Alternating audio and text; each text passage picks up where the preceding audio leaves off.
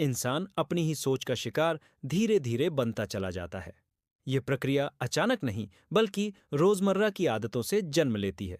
दिमाग खुद बनाए विचारों को सच्चाई मानकर उन पर भरोसा करने लगता है। यहीं से सोच निरीक्षण नहीं, बल्कि नियंत्रण का रूप लेना शुरू करती है।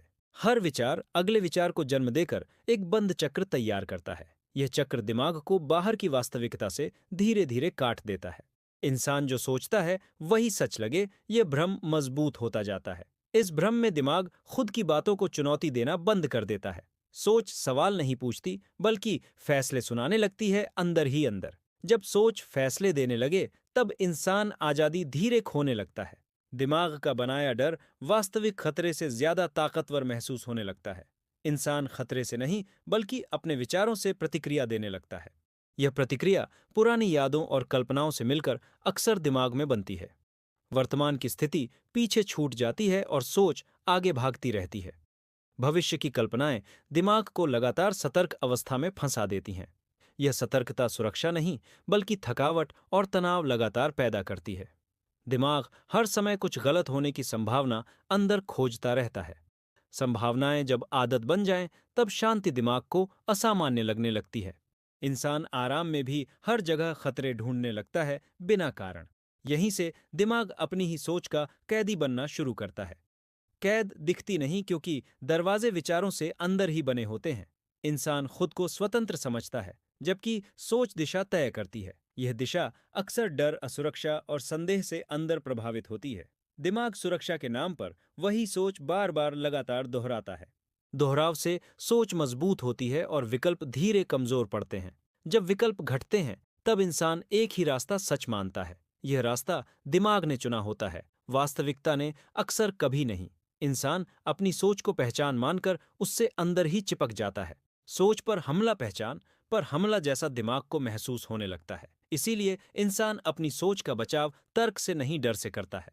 डर से किया गया बचाव सोच को और कठोर अंदर बनाता है।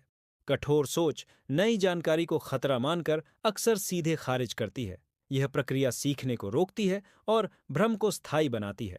इंसान सोचता है वह सही है, क्योंकि उसने खुद अंदर सोचा है। यहीं पर सोच सत्य से अलग होकर धीरे सत्ता बन जाती है। सत्ता बनी सोच सवालों को दबाकर खुद को अंदर सुरक्षित रखती है। सुरक्षा का यह भ्रम इंसान को मानसिक जड़ता में फंसा देता है। जड़ता में इंसान बदलती सच्चाइयों को दिमाग के अंदर देख नहीं पाता। वह केवल वही देखता है जो उसकी सोच अंदर अनुमति देती है।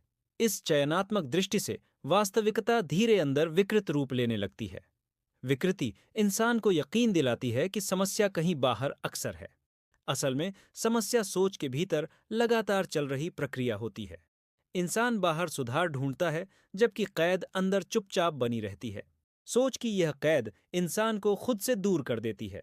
दूरियां बढ़ने पर भावनाएं दबने लगती हैं और संवेदनाएं धीरे घटती हैं।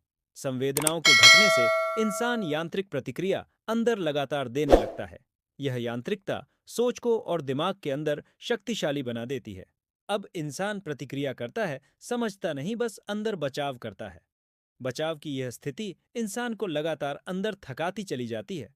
थकान के बावजूद दिमाग रुकता नहीं, क्योंकि डर लगातार नियंत्रण चाहता है।